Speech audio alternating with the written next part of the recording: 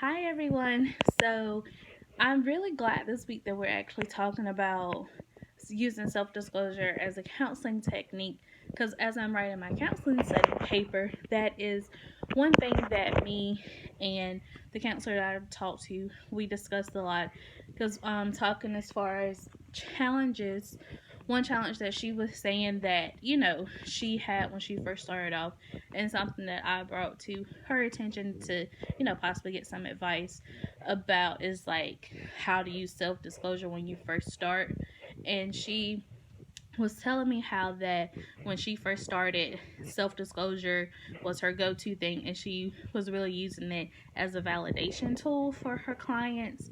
And over time, she had to learn how to hone that skill in and just to really use it when it's needed. And so I was talking to her about how I feel about self disclosure, and my view on it is that, I want to be the type of counselor that I would personally need, like letting your client know that you're a human and that you're real, and just like humanizing the role of the counselor. Not that you're some stuck up old professional, but that you also have experienced things in life, and that you have personal, like, I don't know how to I don't really know how to say it, like personal, like connections, I guess, like in life. Like for me, for example, one thing I wouldn't do, like I wouldn't take my wedding, like my engagement ring and my wedding ring off in a counseling session. I just feel like that's a little extreme to do. I don't see anything wrong with a client knowing that I'm married or engaged or in some form. I don't believe in going in depth and diving in with the client. So as far as them asking like, oh, well, what's your partner's name, and when did you get married, stuff like that, I don't feel like that's really a vital information for them. But I definitely feel like, if they're coming and they're having a marital issue, knowing that I also am married or, have a lifelong partner, that they'll, may feel a little more validated and, think that I have a little bit more credibility because I've also been able to experience maybe an issue that they're having. But one thing that the book said that really stuck out to me was, not self disclosing to the point where it feels good to you, or something along those lines. Like, if self disclosing starts feeling good to you, you may not be doing the client any well because you are just, unloading on them yourself. So really, it's like you're venting to them.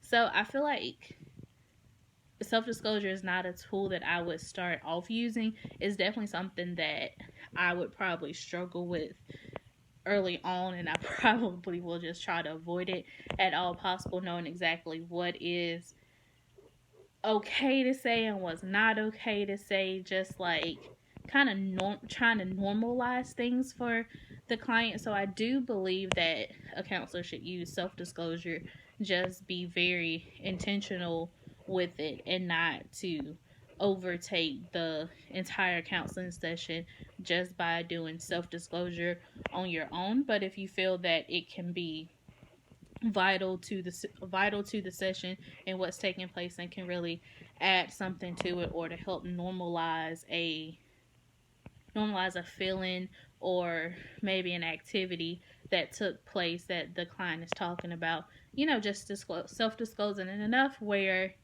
maybe they know you did it, maybe they don't know you feel that way.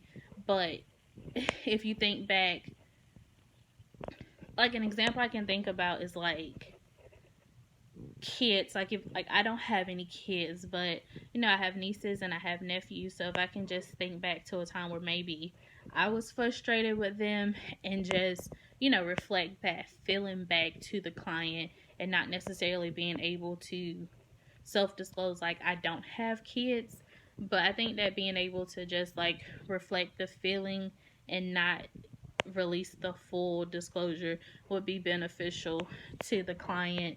um if it adds, I'm sorry, that was my computer, if it's really going to add anything to the counseling session. And I do feel like self-disclosure, and even just like self-disclosing like feelings and emotions, can really help a client in a therapy session. So definitely it's an advanced skill that should be used, with care, and only to serve the client and not to serve you as the therapist.